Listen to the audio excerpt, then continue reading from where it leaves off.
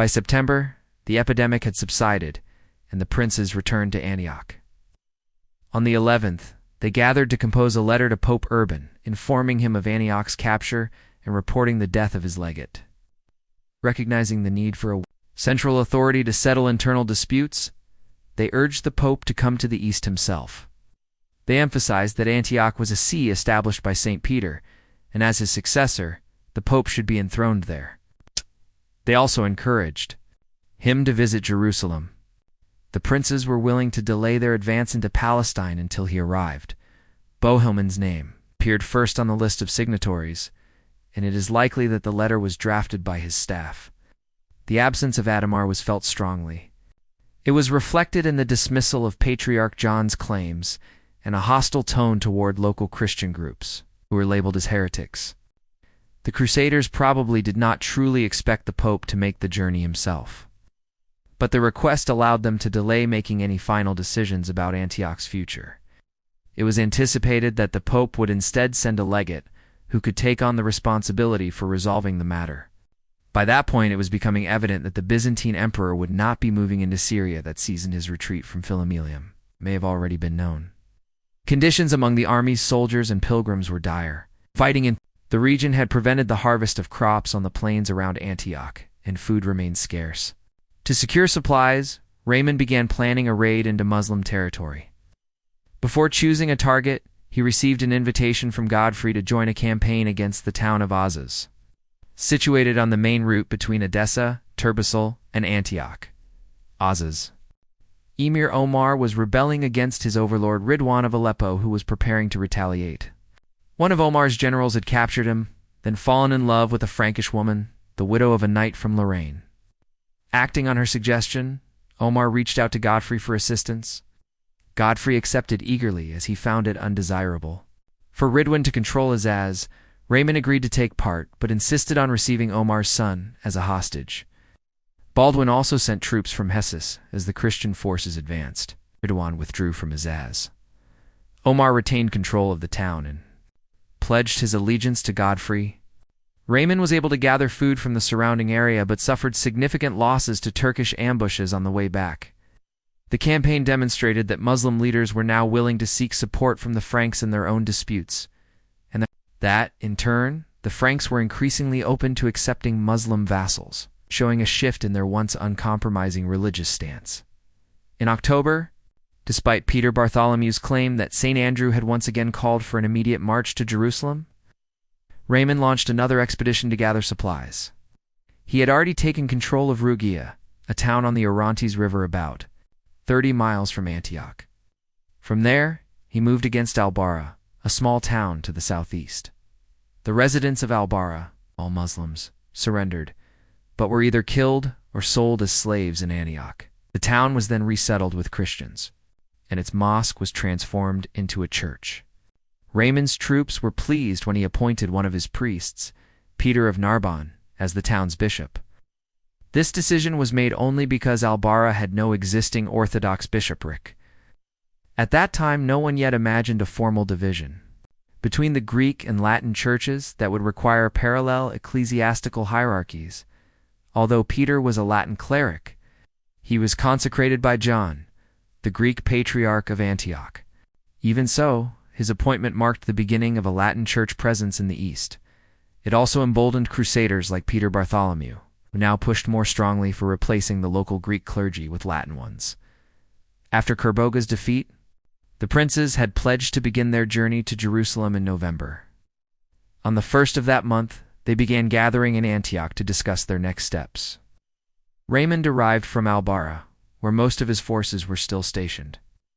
Godfrey came in from Toulouse, bringing with him the severed heads of Turkish prisoners captured during a series of raids in the area. The Count of Flanders and the Duke of Normandy were already in the city, and Bohemond, who had been recovering from illness in Salisha, joined them 2 days later. On the 5th, the princes and their advisors met in the Cathedral of St. Peter. It was immediately clear that there was no consensus among them. Bohemond's supporters opened the meeting by asserting his claim to Antioch. Since the emperor was not coming, they argued, Bohemond, being a capable leader and feared by the enemy, should be granted control of the city. Raymond sharply reminded everyone of the oath of allegiance to the emperor that all had sworn except for himself. Though Godfrey and Robert of Flanders supported Bohemond's claim, they stayed silent. Fearing accusations of breaking their oath, the debate dragged on for several days. While outside the church, the soldiers and pilgrims, tired of delays and eager to fulfill their vows, grew restless. They had waited too long in Antioch and endured too much. Encouraged by Peter Bartholomew and his visions, they issued an ultimatum to their leaders. If Bohemond and Raymond wished to remain and enjoy Antioch's wealth, they could do so. If others wanted favors from the emperor, they were welcome to wait. But the rest of the army would march to Jerusalem with or without them. If the princes continued their dispute over the city, the army would tear down Antioch's walls before leaving. Alarmed by this threat and worried that Raymond and Bohemond might soon turn on each other, the more moderate leaders proposed a private meeting, attended only by the chief princes. There, after more heated arguments, a temporary compromise was reached. Raymond agreed to accept whatever decision the council would ultimately make regarding Antioch, provided that Bohemond took an oath to continue the crusade to Jerusalem. Bohemond, in turn, swore before the bishops that he would not delay or sabotage the campaign for his own gain. Although the future of Antioch remained unresolved, Bohemond was allowed to retain control of the citadel and 3/4 of the city, while Raymond kept the fortified bridge in Yagician's former palace, which he entrusted to William Erminger. No firm date was set for the departure to Jerusalem, but to keep the troops occupied in the meantime. The leaders agreed to launch an attack on the fortress of an-Numan. Its capture would secure the army's left flank for the eventual march south into Palestine. On the 23rd of November, Raymond and the Count of Flanders set out for Rugia and Albara. By the 27th, they had reached the walls of an-Numan. The following morning, they launched an assault on the town, but it failed. Later that day, Bohemond and his forces arrived and joined in a second attack, which also failed. As a result, they decided to settle in for a full-scale siege. Although the town was completely surrounded, little progress was made for 2 weeks. Wood for siege engines had to be gathered from the surrounding countryside. Food supplies were running low, and soldiers frequently abandoned their posts to forage for grain and vegetables. Finally, on the 11th of December, after Peter Bartholomew proclaimed that victory was near, a massive wooden siege tower built by Raymond's men and commanded by William of Montpellier was rolled up to one of the city's towers. An initial attempt to scale the walls from the tower was repelled, but the structure provided cover that allowed sappers to tunnel beneath the wall next to the tower. That evening, the wall collapsed. A group of common soldiers forced their way into the city and began looting. Bohemond, envious of Raymond's success and eager to replicate his earlier triumph at Antioch, made a public announcement through a herald. If the town surrendered to him, he would spare any defenders who took shelter in a hall near the main gate. Now that night, the fighting quieted down. Some citizens, realizing the walls had been breached, fortified their homes and cisterns, offering to pay a tax in exchange for their lives. Others fled to the hall that Bohemond had designated. But when the battle resumed the next morning, no mercy was shown. The Crusaders stormed through the city, killing everyone they encountered, breaking into homes, looting them, and setting them on fire.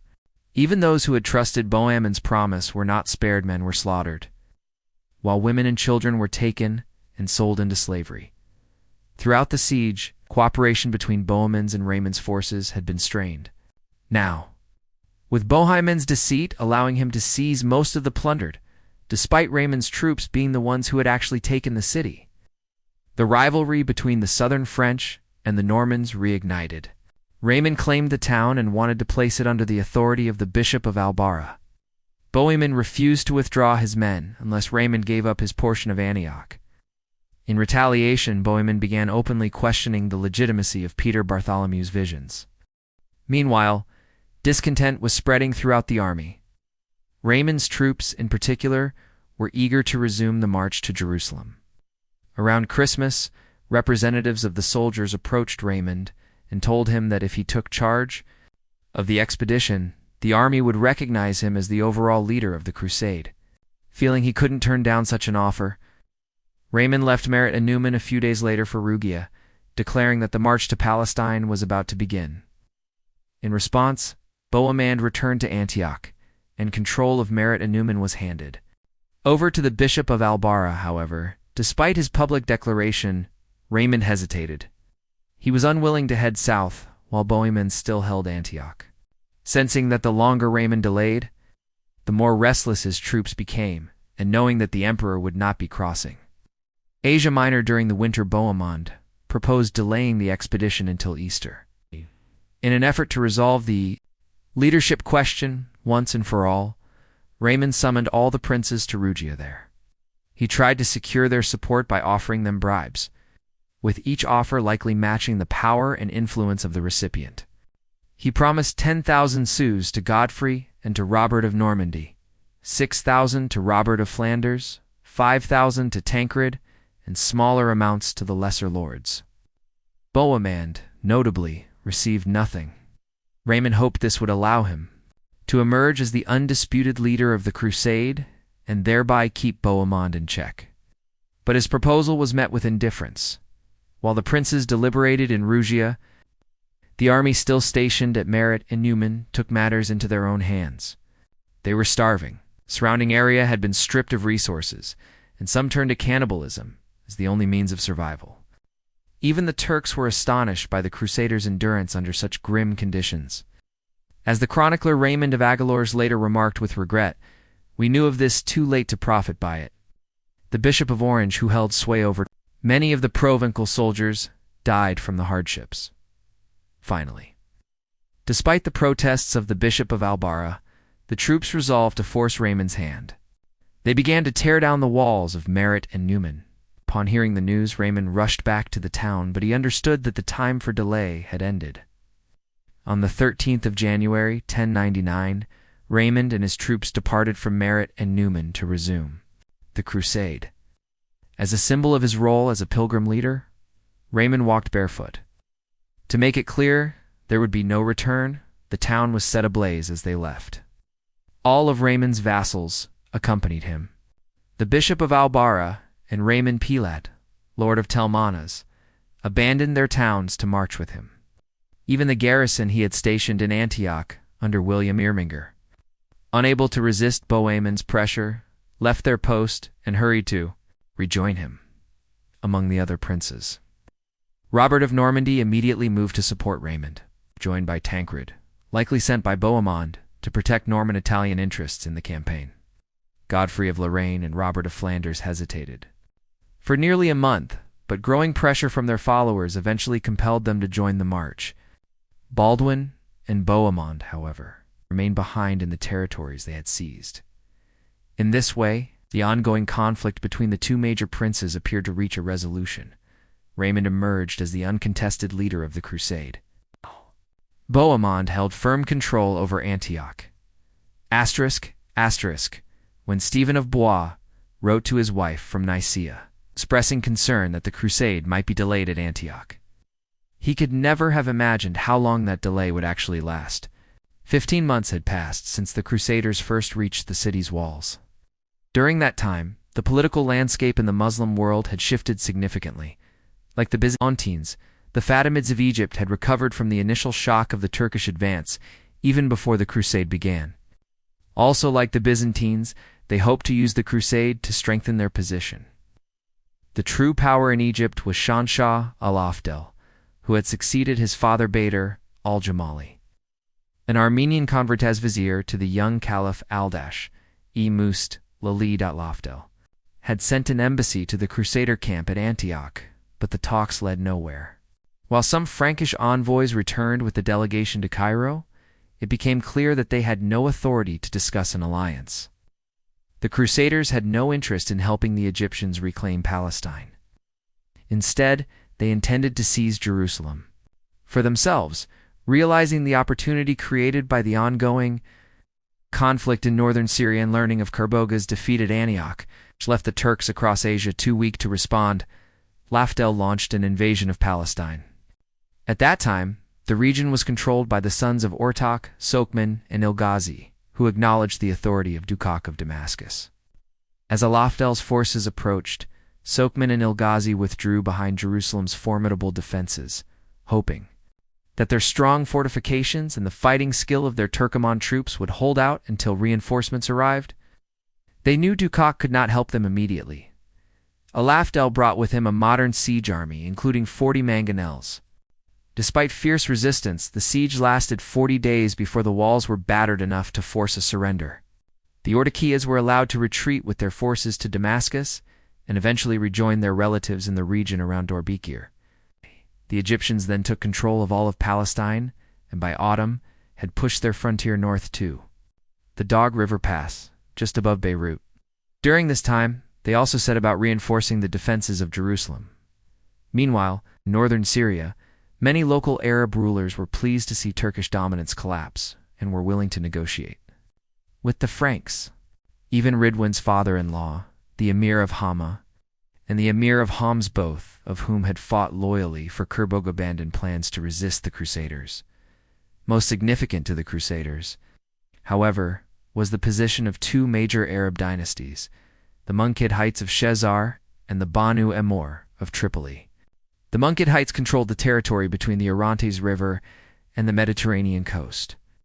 Directly in the Crusaders' path, the Banu Emor ruled the coastline from central Lebanon down to the Fatimid frontier, gaining their friendship or at least their neutrality was essential if the crusade was to move forward. After leaving Merid and Oman, Raymond advanced to Kafardab, about 12 miles to the south. There he paused until the 16th of January to gather provisions and resupply his army. It was at Kafardab that Tancred and Robert of Normandy rejoined him. Ambassadors from the emir of Shezar also arrived, offering guides and affordable supplies on the condition that the Crusaders pass peacefully through his territory. Raymond agreed to the proposal, and on the 17th, the emir's guides led the army across the Orontes River, passing between Shezar and Hama, and into the valley of the Serot. All the livestock in the area had been moved for safekeeping into a nearby valley, which one of the guides mistakenly led the Crusaders into. The local herdsmen and villagers were too few to stop the Franks, who quickly took the animals for themselves. The commander of the nearby fortress chose to avoid confrontation by purchasing his own safety. The captured livestock was so plentiful that several knights took their excess into Shezar and Hama to sell, trading it for packhorse, eventually acquiring 1,000 of them. The Arab authorities allowed the Crusaders to enter their cities freely to conduct these trades. While supplies were being gathered, Raymond and his commanders met to decide on their next course. Raymond favored heading directly west across the Nosari Mountains to reach the coast as soon as possible. The coastal city of Lataki was already in Christian hands, and by keeping to the coast, he could maintain communication with Antioch and receive supplies from the Byzantine authorities in Cyprus, with whom Raymond had good relations. However, Tancred raised concerns. He noted that securing the coastal route would require capturing the many powerful fortresses along the way. With only about 1,000 knights and 5,000 infantrymen remaining, the army lacked the strength for a campaign of sieges. Instead, he argued, they should march straight to Jerusalem. If they could take the Holy City, it would inspire reinforcements from Europe. And other cities such as Tripoli, Tyre, and Acre would likely surrender without resistance. The counter-argument was that the land between the Lebanon mountains and the desert was controlled by Dukak of Damascus, who, unlike the Arab leaders further north, would certainly oppose the Crusaders' passage. In the end, the leaders agreed on a compromise. They would head southward toward the coast through the Bukaya Plain, which lies between the Nosari Range and the Lebanon Mountains. This route offered the easiest passage from inland Syria to the Mediterranean, and the army would avoid wasting time trying to capture hostile fortresses along the way. On the 22nd of January. The Crusaders reached the town of Masyaf, where the local lord quickly moved to make peace with them. From there, the army shifted direction to the south-southeast to avoid the rugged terrain of the Jebel Hilu Mountains. The next day, they arrived at Rafania, a town that had been abandoned by its inhabitants but left stocked with supplies of all kinds. The Crusaders stayed there for 3 days before descending into the Bukaya Plain, Overlooking the plain was the massive fortress of Hassan al-Akred, or the castle of the Kurds built on the site where crack-day chevaliers would later stand. The local population had driven their herds into the safety of the castle. Although the fortress wasn't vital strategically, the Crusaders decided it needed to be taken to replenish their food supply. On the 28th of January, they launched an attack on the stronghold, but the defenders, anticipating their tactics, opened one of the gates and released some livestock. The Crusaders, focused on capturing the animals, scattered in pursuit. This left them vulnerable, and a sudden sortie from the castle disrupted their efforts and nearly led to Count Raymond's capture. He had been abandoned by his bodyguard. The next day, ashamed at having been deceived, the Crusaders prepared a proper assault. But when they reached the walls, they discovered the garrison had slipped away during the night. The fortress still contained a large amount of loot, so the army remained there for 3 weeks, holding strategic discussions and celebrating the feast of the purification within the captured stronghold. While Raymond was stationed at Hassan al-Akred, envoys from the emir of Hama arrived, bearing gifts and pledging not to attack the Crusaders. Soon after, representatives from the emir of Tripoli also came. The emir Jalal al-Mulk Hazan of the Banu Amr dynasty, a family known more for scholarship than military prowess, had maintained his independence by skillfully navigating between the Seljuks and the Fatimids. With Turkish power now fading, he saw an opportunity to ally with the Crusaders against the resurgent Egyptians. He invited Raymond to send delegates to Tripoli to negotiate terms for the Crusaders' passage, and asked that the banners of Toulouse be brought, promising to display them over the city. The wealth and prosperity of Tripoli and its surrounding lands impressed the Frankish envoys, who, upon returning, advised Raymond that a show of force against one of the emir's fortresses would likely prompt a large payment in exchange for sparing the rest of his territory. Raymond, short on funds, followed their advice and ordered the army to march on Arka, a town about 15 miles from Tripoli, where the Bukaya plain meets the coast. He arrived at its walls on the 14th of February. Meanwhile, eager to establish a line of communication with the garrison at Latiki in the sea, Raymond encouraged Raymond Pilet and Raymond Viscount of Turenne to launch a surprise assault on Tortosuta, best harbor along the coast between Lataki and Tripoli. With a small force, the two Raymonds moved quickly west and reached Tortosa after dark on the 16th of February. They lit numerous campfires around the city walls to give the illusion of a much larger army. The deception worked. The town's governor, who was under the authority of the emir of Tripoli, panicked and fled with his garrison by sea during the night. The next morning, the gates were opened to the Crusaders. News of the victory spread quickly. The governor of Marquis, a town about 10 miles to the north, promptly acknowledged Raymond's authority. The capture of Tortosa was a major boost for the Crusaders. It created a vital coastal link for communication and resupply between Antioch, Cyprus, and Europe. This success stirred jealousy among the Crusaders, who had remained in Antioch and convinced them to head south and rejoin the campaign. Toward the end of February, Godfrey of Lorraine, Bohemond, and Robert of Flanders set out for Lataki. But after reaching the city, Bohemond changed his mind and turned back, deciding it was wiser to focus on securing his hold over Antioch, in case the emperor launched a campaign toward Syria in the spring. Godfrey and Robert continued onward and laid siege to the small coastal town of Jabala. While they were camped there, the Bishop of Albara arrived with a message from Raymond, urging them to join him at Arku. The siege of Arka was proving difficult. The town was well defended, and Raymond's army was too small to fully surround it.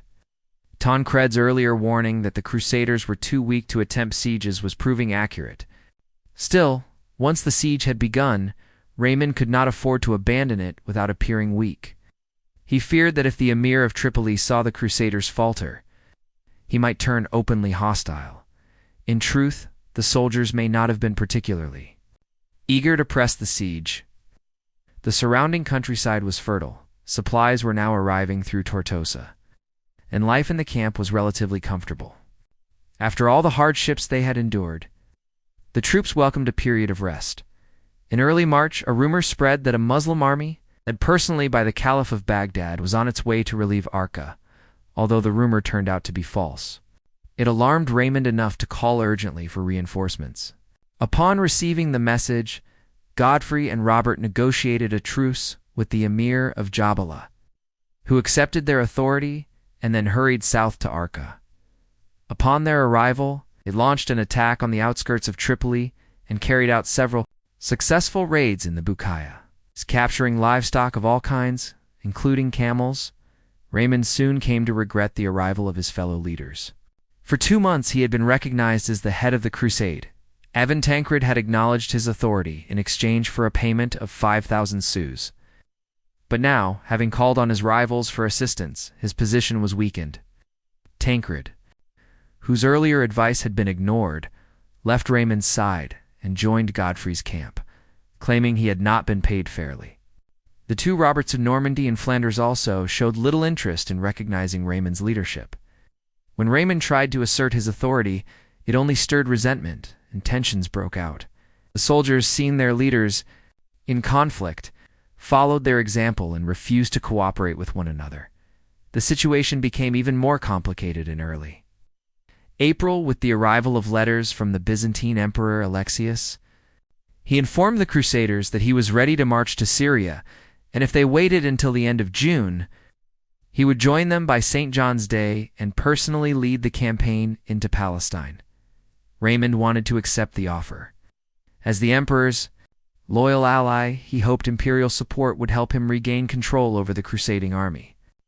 Many of his own men, including Raymond of Aguilars, disliked the Byzantines, but saw the emperor's arrival as a chance to unify the crusade under a leader all the princes might respect. However, most of the army was eager to continue toward Jerusalem. Without delay, and none of the other leaders were willing to place themselves under the emperor's authority. With such strong opposition, Raymond's position was untenable. Alexius likely never expected the Crusaders to wait for him. Disillusioned by their behavior at Antioch, he had already adopted a neutral stance. For a Byzantine statesman, neutrality was not passive. It meant maintaining contact with both sides so the empire could benefit no matter who prevailed. He had opened communications with the Egyptians, who may have contacted him as the Crusaders approached their territory to ask whether the invasion was being made on his behalf. Alexius denied any involvement. He had good reason to distance himself. Bohemond's betrayal showed that he couldn't rely on Frankish loyalty. Moreover, Alexius wasn't particularly invested in the fate of Palestine, as it lay outside the regions he hoped to restore to the empire. His only concern there was for the Orthodox Christians, whose protector he was. He may have even believed they would fare better under the more tolerant Fatimid rule than under the increasingly hostile Franks, who had already shown disdain for native Christians in Antioch. Asterisk at the same time. Alexius didn't want to completely break ties with the crusade, which could still serve Byzantine interests. Eventually, the Crusaders intercepted some of his correspondence with Egypt and were genuinely outraged at what they saw as his betrayal, though they viewed their own betrayals of him as entirely justified, even blamed him for the delay. In the return of the envoys they had sent from Antioch to Cairo, a few days later, the ambassadors returned to the Crusader camp at Arca with the Fatimids' final proposal. They offered a peaceful settlement. If the Crusaders would abandon their plans to invade Fatimid territory, Christian pilgrims would be granted free access to the holy sites, and the Fatimids would do everything possible to support the pilgrimage. The offer was immediately rejected. Although most of the princes were eager to resume the march to Jerusalem. Raymond refused to leave without capturing Arca, to push the situation toward a decision. Peter Bartholomew declared that, on the 5th of April, Christ, St. Peter, and St. Andrew had all appeared to him in a vision, commanding an immediate assault on the city.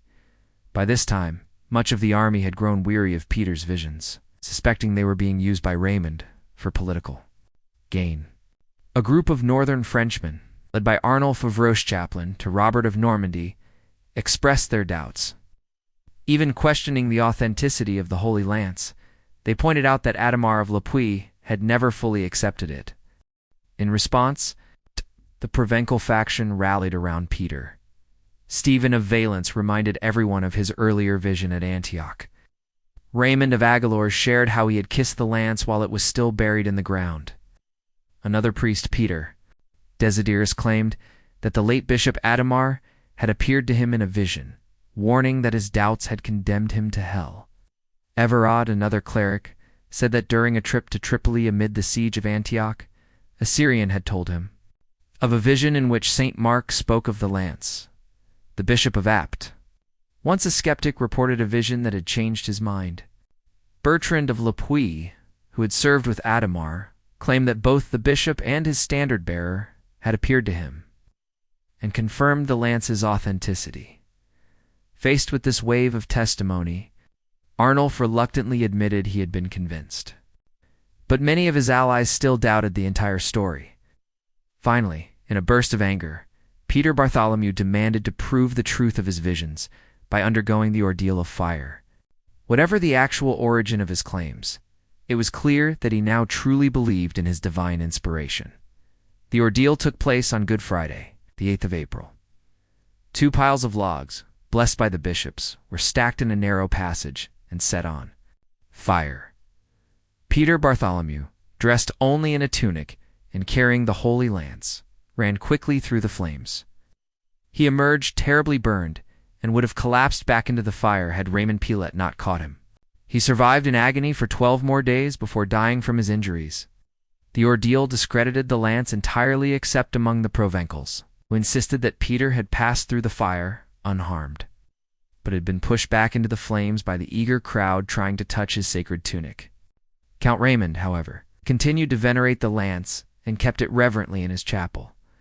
The army remained outside Arca for another month before Raymond could be persuaded to abandon the siege. Many lives had already been lost, including Anselm of Ribaumont, whose letters to the Archbishop of Reims had offered vivid descriptions of the crusade. On the 13th of May, Raymond finally gave in to his fellow leaders. With tears in his eyes, he ordered the camp to be broken down, and the crusading army moved on toward Tripoli. There had been further debate about which route to take. The Syrians informed Raymond of 3 options. One was a relatively easy road through Damascus, where food was abundant but water was scarce. Another was the route over the Lebanon mountains, which had good water sources but was difficult for pack animals. The third option was the coastal road, which could easily be blocked in places by small enemy forces. Despite its risks, the coastal road was chosen not so much because of a prophecy claiming the deliverers of Jerusalem would take it, but because it allowed direct contact with the English and Genoese fleets now operating in the eastern Mediterranean. As the Crusaders approached, the emir of Tripoli quickly negotiated to protect his city and its surroundings. He released around 300 Christian prisoners and compensated the Crusaders with 15,000 bezants and 15 fine horses. He also supplied pack animals and provisions for the entire army. It was even rumored that he offered to convert to Christianity if the Franks succeeded in defeating the Fatimids. On Monday, the 16th of May, the Crusaders departed from Tripoli, guided by men provided by the emir. These guides led them safely along the perilous route that curved around the Rashaka headland, passing peacefully through the emir's towns of Batran and Jabail. They arrived at the Fatimid frontier by the Dog River on the 19th of May. The Fatimids had no significant military presence in their northern territories. Aside from small garrisons stationed in the coastal towns, however, their powerful navy helped defend these ports. As a result, while the Crusaders encountered no resistance on the road, they had no real chance of seizing any of the towns they passed, and the Christian fleet was no longer able to stay in contact with them. This situation, along with the threat of running out of supplies, forced them to push forward rapidly toward their ultimate goal as they neared Beirut. The local population, fearing damage to the area's lush orchards and gardens, offered the Crusaders gifts and safe passage through their lands, on the condition that the trees, vineyards, and crops would be spared. The Crusader leaders accepted these terms and moved swiftly onward to Sidon. Reaching it on the 20th of May, the garrison of Sidon, however, put up more resistance. launching an attack while the Crusaders were camped near the Nar al-Awali River. The attack was repelled, and the Crusaders responded by ravaging the surrounding gardens. Still, they soon continued southward, stopping near Tyre for 2 days to wait for Baldwin of Labourg and a group of knights coming from Antioch and Edessa. The streams and greenery in the area made it a pleasant place to rest. The garrison at Tyre remained within the city walls and did not engage them. The army left Tyre on the 23rd of May, crossed the pass known as the Ladder of Tyre and the Heights of Nakura, without difficulty, and arrived outside Acre on the 24th. The governor of Acre, following Beirut's example, ensured the safety of the town's fertile farmlands by offering generous provisions to the Crusaders. From Acre, the army advanced to Haifa and continued along the coastline beneath Mount Carmel to Caesarea. There, they camped from the 26th to the 30th of May in order to properly celebrate Whitsun. During their stay at Caesarea, a pigeon was struck down mid-air by a hawk and landed near the tent of the Bishop of Apt.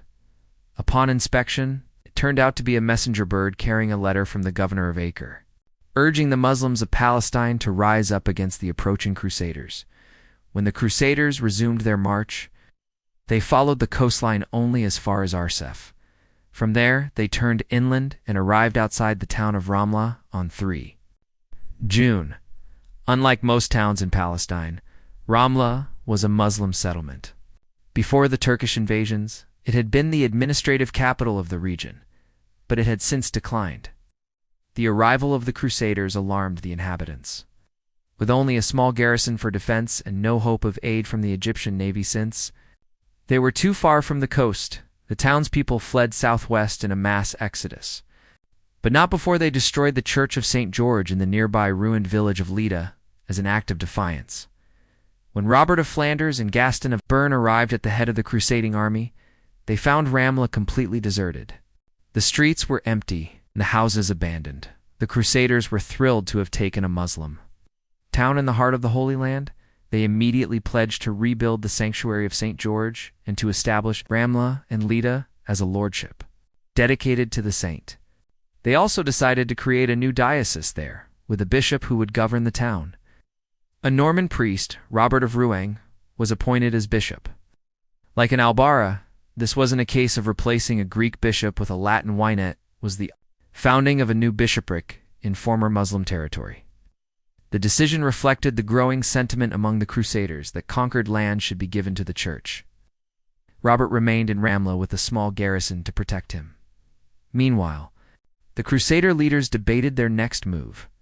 Some argued that it would be unwise to attack Jerusalem during the summer heat and suggested they march instead against their true enemy Egypt, but after some discussion, that plan was rejected and the army resumed its march toward Jerusalem. On the 6th of June from Ramla, the Crusaders took the old road winding into the Judean hills, north of today's main highway. As they passed through the village of Amos, messengers arrived from Bethlehem. The city, whose population was entirely Christian, begged to be freed from Muslim rule. Tancred and Baldwin of Labourg immediately rode off with a small group of knights and arrived in Bethlehem in the middle of the night. At first, the frightened townspeople mistook them for part of the Egyptian army sent to reinforce Jerusalem. But when morning came and they saw the knights were Christians, the entire city came out in joyful procession. Carrying relics and crosses from the Church of the Nativity, they welcomed their liberators with reverence and gratitude. As Christ's birthplace was being brought back under Christian control, the main Crusader army continued its march toward Jerusalem, traveling without pause through the day and into the night. Along the way, a lunar eclipse occurred, which the soldiers took as a divine sign and omen that the crescent, symbol of Islam, was soon to be eclipsed. The next morning, 100 of Tancred's knights, who had been in Bethlehem, rejoined the main force. Later that morning, the Crusaders reached the top of the road at the hilltop known to pilgrims as Montjoie, where the mosque of the prophet Samuel stood. From there, they caught their first glimpse of Jerusalem, its walls and towers rising in the distance. By the evening of Tuesday, the 7th of June, 1099, the Christian army had set up camp before the Holy City. Jerusalem was one of the most formidable strongholds of the medieval world. Since the time of the Jebusites, its natural defenses had made it famous, and over the centuries, human craftsmanship had only strengthened its fortifications. The walls that confronted the Crusaders followed much the same route as those still standing today. Those built by Suleiman the Magnificent in the 16th century. Their foundations had been laid during the Roman rebuilding of the city under Hadrian, and successive rulers, the Byzantines, Umayyads, and Fatimids, had each contributed to their maintenance and reinforcement. The city's eastern defenses were protected by the deep ravine of the Kidron Valley, while the southeastern edge dropped sharply into the Vale of Gehenna. Another valley, not as steep but still a natural barrier, followed the western wall. Only the southwest, where the wall crossed Mount Sion, and the entire northern front presented realistic options for a land-based assault. The key defensive point was the citadel later known as the Tower of David's set, midway along the western wall. Guarding the main approach from the Jaffa Gate, though Jerusalem lacked natural springs within its walls, it was well supplied by large cisterns. And the ancient Roman drainage system, still functioning centuries, later helped prevent disease outbreaks. The defense of the city was entrusted to the Fatimid governor, Iftikhar ad-Dawla. When a well-trained garrison made up of Arab and Sudanese soldiers, and the walls were in good repair. Upon learning of the Crusaders' approach, he took swift defensive action. The wells outside the city were either sealed or poisoned to deny water to the enemy, and all livestock was driven into secure areas. He then expelled the entire Christian population from within the city, regardless of whether they were Orthodox or of other sects, leaving only the Jewish residents behind. This move served multiple purposes. Christians, forbidden from bearing arms, were seen as militarily useless and potentially untrustworthy should the city face fellow Christians in battle. Their removal also reduced the number of mouths that needed feeding during a siege. Lastly, Iftikhar sent urgent requests to Egypt, calling for reinforcements, even if the terrain had allowed it. The Crusaders lacked the manpower to completely encircle Jerusalem. They had to concentrate their efforts on the few areas where they could approach the walls closely. Robert of Normandy positioned his forces along the northern wall, directly opposite the Gate of Flowers, later known as Herod's Gate. To his right, Robert of Flanders set up opposite the Gate of the Column, also called St. Stephen's, or the Damascus Gate. Godfrey of Lorraine established his camp at the northwestern corner of the city, stretching down to the Jaffa Gate. Tancred arrived while the army was already deploying and joined Godfrey, bringing with him flocks of livestock he had captured. En route from Bethlehem to the south of Godfrey, Raymond of Toulouse began by taking a position in a valley, but soon realized it was too far from the walls for an effective assault. After a few days, he shifted his forces to Mount Sion, closer to the southern wall. Meanwhile, the entire eastern and southeastern parts of the city were left unguarded. The siege officially began on the 7th of June, the very day the Crusaders arrived at the city.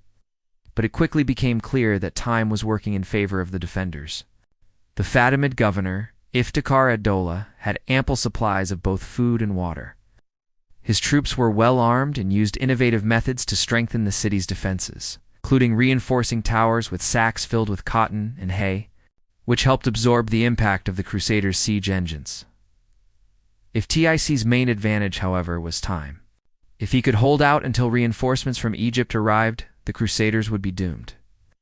Though his garrison was large, it was barely enough to cover every stretch of the wall. The Crusaders, for their part, soon faced serious problems with their own supply lines, especially water. Iftikhar's strategy of poisoning or blocking wells had been effective. The only nearby source of fresh water was the Pool of Siloam, located beneath the city's southern wall. It was dangerously exposed to enemy fire. To find safer water, the Crusaders had to travel more than 6 miles from their camps. Fatimid troops often ambushed these supply runs, killing many soldiers and pilgrims alike. Food was also in short supply, as the surrounding countryside had been stripped bare. On top of that, the unrelenting heat and dust of the Judean summer, combined with the heavy European armor many Crusaders wore, made conditions nearly unbearable. It became painfully clear to everyone in the army They could not afford a prolonged siege. If they were to take Jerusalem, they would have to do it quickly and by force. On the 12th of June, crusading leaders made a pilgrimage to the Mount of Olives. There an elderly hermit addressed them, urging an immediate assault on Jerusalem. When the princes hesitated, explaining that they lacked the siege equipment needed for success, the hermit dismissed their concerns. If they had true faith, he said, God would grant them victory. Inspired by his words, the leaders ordered a full-scale assault for the following morning. The attack began with great enthusiasm, and the Crusaders managed to breach some of the outer defenses on the north wall. However, they didn't have enough ladders to scale the main walls in multiple places at once. After hours of intense fighting, it became clear that the assault would fail. The Crusaders were forced to retreat. The failed attack was deeply discouraging, but it also clarified their next step. They needed proper siege equipment. At a council held on the 15th of June, leaders agreed to postpone further attacks until they had built more mangonels, ladders, and other machines. But they faced another obstacle. There was little wood to be found in the barren hills around Jerusalem then. As had happened during the siege of Antioch, timely help arrived from the sea. On the 17th of June, 6 Christian ships sailed into the harbor at Jaffa, which the Muslim defenders had already abandoned. The fleet included 2 Genoese galleys commanded by the Embriaco brothers, 4 other vessels, likely part of the English fleet. The ships brought food, weapons, and most importantly, the hardware ropes, nails, bolts needed for siege construction. The Crusaders quickly sent a detachment to make contact with the fleet. However, near Ramla, the group was ambushed by Muslim forces operating out of Ashkelon. They were saved only by the arrival of Raymond and his men, who had followed close behind. Soon after, an Egyptian fleet arrived and blockaded Jaffa. 1 English ship managed to escape and return to Lataki, but the remaining vessels were abandoned once the cargo was unloaded. The sailors, escorted by Raymond Pilot's troops, marched overland to join the army outside Jerusalem. Their arrival and the equipment they carried was a welcome boost. Still, there remained the problem of lumber. To gather enough wood for the siege machines, the Crusaders had to send raiding parties deep into the countryside. Tancred and Robert of Flanders led expeditions as far as the forests of Samaria. They returned with large quantities of timber, carried by camels and captured Muslim laborers. With materials in hand, construction finally began. Ladders were assembled, and both Raymond and Godfrey started building large wooden siege towers, each mounted on wheels and equipped with catapults. Gaston of Bern oversaw the construction of Godfrey's tower, while William Ricu managed Raymond's. Now, with real siege machinery in place, the Crusaders prepared for a final, decisive assault. Progress on the siege machinery remained slow. The Crusaders were suffering badly under the brutal summer conditions. The dry, scorching Sirocco wind blew for days, wearing down the men's strength and nerves. Water became increasingly scarce. Animals, both pack beasts and livestock, were dying of thirst in large numbers. Some soldiers had to travel all the way to the Jordan River just to find drinkable water. Despite the support of native Christians who helped guide them to springs and forests, Muslim fighters, either from Jerusalem's garrison or from roving bands, frequently ambushed the Crusaders. Foraging parties. The hardship led to renewed tensions among the crusading leaders. First came a dispute over Bethlehem. Tancred had captured it and left his banner flying over the Church of the Nativity, but many felt it was wrong for such a sacred place to be. Controlled by a single secular knight, though public opinion disapproved of Tancred's claim, no resolution was reached, and the matter was postponed. Next. The princes began to discuss what would happen if they succeeded in capturing Jerusalem. Some suggested that a king should be crowned, but the clergy objected strongly. How could anyone claim kingship in the very city where Christ had worn a crown of thorns? Again, public sentiment sided with the clergy. The question was deferred. Meanwhile, the harsh conditions, the failure of the earlier assault, and the petty arguments among the leaders drove many crusaders to despair. Some abandoned the cause. Altogether, one group even traveled to the Jordan River to undergo a symbolic rebaptism, then gathered palm branches and made their way to Jaffa, hoping to find a ship home. Then, in early July, the news spread through the camp. A large Egyptian army was on its way to relieve Jerusalem. The Crusader princes realized they had no time to lose, but morale was low until, once again, a vision reignited their resolve. On the morning of the 6th of July, the priest Peter Desiderius reported a new visitation. He claimed that Adhemar of Lepuy, the beloved bishop who had died months before, had appeared to him again. This time, instead of suffering punishment for his doubts about the Holy Lance, Adhemar's spirit urged the Crusaders to abandon selfish ambitions, fast, and walk in barefoot procession around the city walls. If they did this with truly penitent hearts, he said, they would take Jerusalem within 9 days. Unlike Peter's earlier vision when he claimed Adhemar had been in hell, this message was widely accepted. Perhaps it was because the tone was more hopeful, or because Adhemar's family, including his brother William Hugh of Montile, supported it. Whatever the reason, the army responded wholeheartedly. A 3-day fast was ordered and observed with discipline. Then, on Friday the 8th of July, the entire army processed solemnly around Jerusalem's walls. Clergy led the way, bearing crosses and relics. Behind them came the princes, knights, foot soldiers, and pilgrims, all barefoot, all reverent. The Muslim defenders jeered from the walls, but the Crusaders took pride in their humility. After circling the city, they climbed the Mount of Olives, where a series of stirring sermons were preached, first by Peter the Hermit, then by Raymond of Aguilars, and finally by Arnulf of Rose. Now regarded as the army's most powerful preacher, their words rekindled the Crusaders' faith and unity. Even Raymond and Tancred, previously at odds, swore to set aside their differences and fight side by side for the cross. The army, spiritually renewed, now stood ready for a final, decisive assault on the Holy City. The renewed spirit of the Crusaders carried them through the final preparations for the decisive assault. Despite the oppressive heat and constant thirst, the men toiled relentlessly over the next 2 days to complete their massive siege towers. Their efforts were bolstered by the expertise of the Genoese sailors under William Embriaco, whose knowledge of naval construction proved invaluable. Everyone contributed.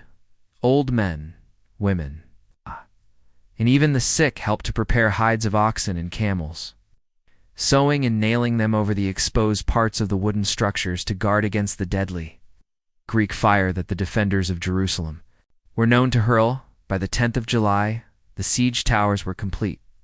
2 enormous wooden towers were wheeled into position, one on the north wall where the land allowed for a direct approach, and the other on Mount Sion to the southwest. A third, somewhat smaller, was constructed and placed against the northwestern corner of the city's fortifications. The Crusaders had been careful to build the towers behind cover, out of sight of the garrison, so when the wooden castles finally appeared looming and mobile opposite Jerusalem's walls, the defenders were caught by surprise. Panic spread within the city as the Fatimid governor Iftikhar ad-Dowlah rushed to reinforce the most vulnerable sectors of the defenses. In response, the Muslim garrison bombarded the siege towers with stones and launched barrages of flaming liquid Greek fire in an effort to set them ablaze before they could be maneuvered into place. But the Crusaders were undeterred. They were ready. The final battle for Jerusalem was at hand. The long and agonizing siege of Jerusalem reached its climax on the night of 1314, July 1099. The Crusader leaders coordinated a 3-pronged assault: a major offensive from Mount Sion in the southwest, and another on the eastern part of the northern wall, with a feint attack on the northwestern corner to distract and divide the defenders. According to Raymond of Aguilars, the army still had around 12,000 foot soldiers and 1,200 to 1,300 knights. In addition, countless pilgrims, women, children, non-combatants remained in the camp. Under cover of darkness, and throughout the whole day on the 14th of July, the Crusaders worked to push their massive wooden siege towers into place, a task that first required filling the ditches around the base of the city walls. The defenders rained down stones and Greek fire, inflicting heavy losses. In return, the Crusaders pounded the walls with their mangonels. By nightfall, Raymond of Toulouse's tower on Mount Sion had reached the wall, but his men could not gain a foothold despite fierce efforts. It is believed that Iftikhar ad-Dowlah, the Fatimid governor himself, was directing the defense in that area.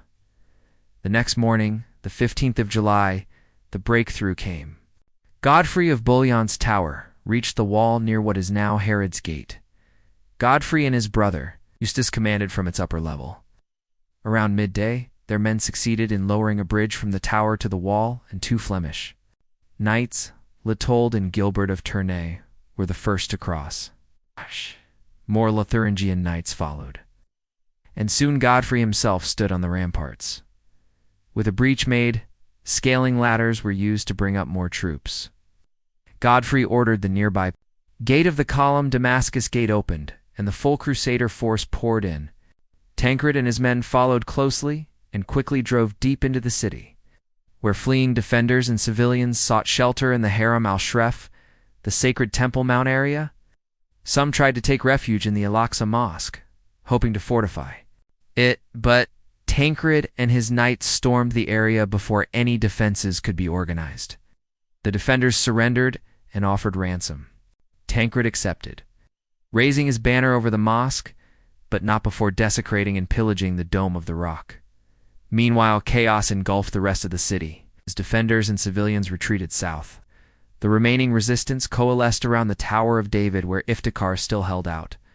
Realizing the city was lost, he negotiated with Count Raymond, offering the stronghold and a vast treasure in exchange for the safety of himself and his personal guard.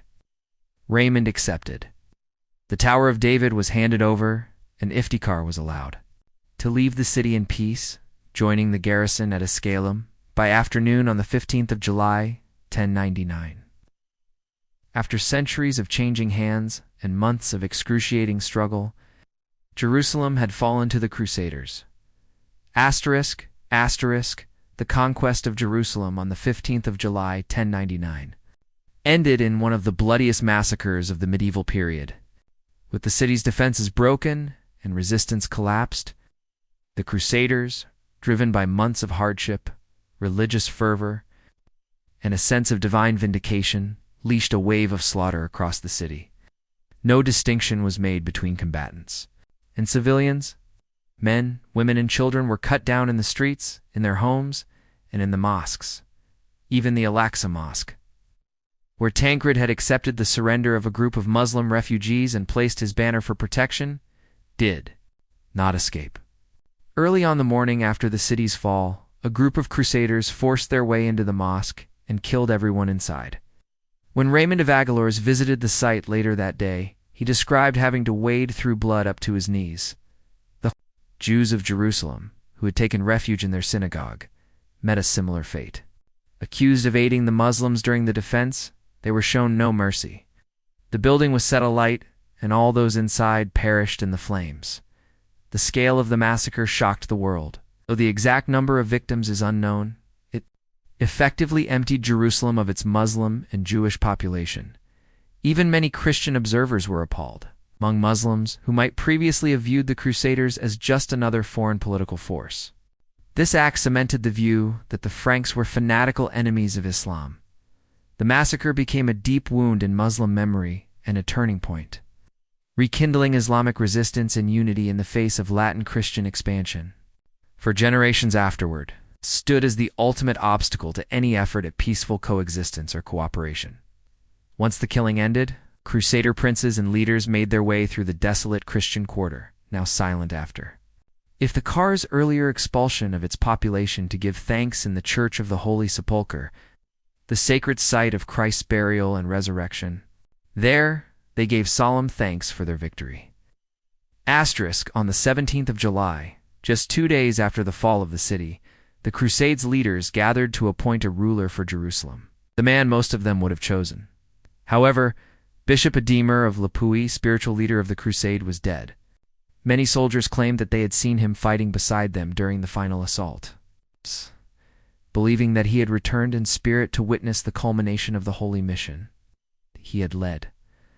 Others who had dreamed of this moment never lived to see it. Simeon, the patriarch of Jerusalem, had died only days earlier in exile on Cyprus, and far away in Rome, the man who had set the entire movement in motion, Pope Urban II, passed away on the 29th of July, 1099, unaware that his great cause had reached its goal just 2 weeks before.